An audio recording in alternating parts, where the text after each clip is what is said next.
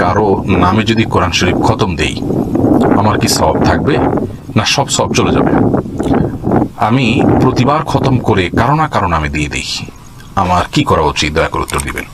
ভাই শামীম, আপনার এই প্রশ্নের উত্তর হলো, কোরআনে কারীম তেলাওয়াত করে অন্য কারোর জন্য সেটা বকশিশ করা যায় কিনা, আমরা যেটা বকশিশ বলি আর কি স্থানীয় ভাষায়, অর্থাৎ আমি কোরআন তেলাওয়াত করলাম, এর সওয়াবটা অন্য কাউকে, অন্য কোনো মৃত মানুষকে দান করলাম, এটার কোনো অপশন আছে কিনা? এটা নিয়ে ফুকাহা ইকরাম, উলামা ইকরামের মধ্যে দুটি মত আছে। কেউ বলেছেন সওয়াব রেসানি বা ইসালে সওয়াব বা সওয়াব কোনো নেকামল করে তার সওয়াব মৃত ব্যক্তির জন্য প্রেরণের ক্ষেত্রে কোরআন তেলাওয়াত এর সওয়াবটা প্রেরণ করা যাবে না, হজটা যাবে, উমরাটা যাবে, যেমনটা হাদিসে আছে। কিন্তু এর বিপরীতে অনেক উলামা ইকরাম প্রমাণ করেছেন যে হ্যাঁ, কোরআন তেলাওয়াতের সওয়াবটিও পৌঁছানো যেতে পারে, এবং সেক্ষেত্রেও তারা অনেকগুলো দলিল উপস্থাপন করেছেন। যাই হোক, আপনার মূল প্রশ্নের বিষয় হলো যে অন্য কারোর জন্য যদি আমি সওয়াব প্রেরণ করি কোন আমল করে, তাহলে আমি কি সওয়াব পাবো কিনা? উত্তর হলো অবশ্যই আপনি পাবেন ইনশাআল্লাহ বিইذনিল্লাহ, যেহেতু আপনি পরিশ্রম করেছেন, কষ্ট করেছেন, যার কারণে আপনি সওয়াব পাবেন।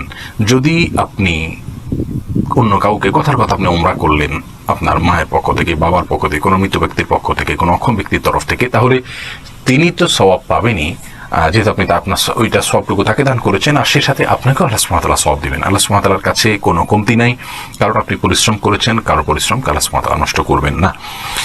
এরপরে দ্বিতীয় যে প্রশ্ন আপনি করেছেন, আয়াতুল কুরসি দিয়ে নামাজ হবে কিনা? হ্যাঁ, হবে, কোনো অসুবিধা নেই। সূরা ফাতিহার পরে সূরা মিলানোর জায়গায় আয়াতুল কুরসি পড়লে নামাজ হয়ে যাবে, যেমনটি আমরা এর আগেও কোনো একটা লাইভে বলেছিলাম।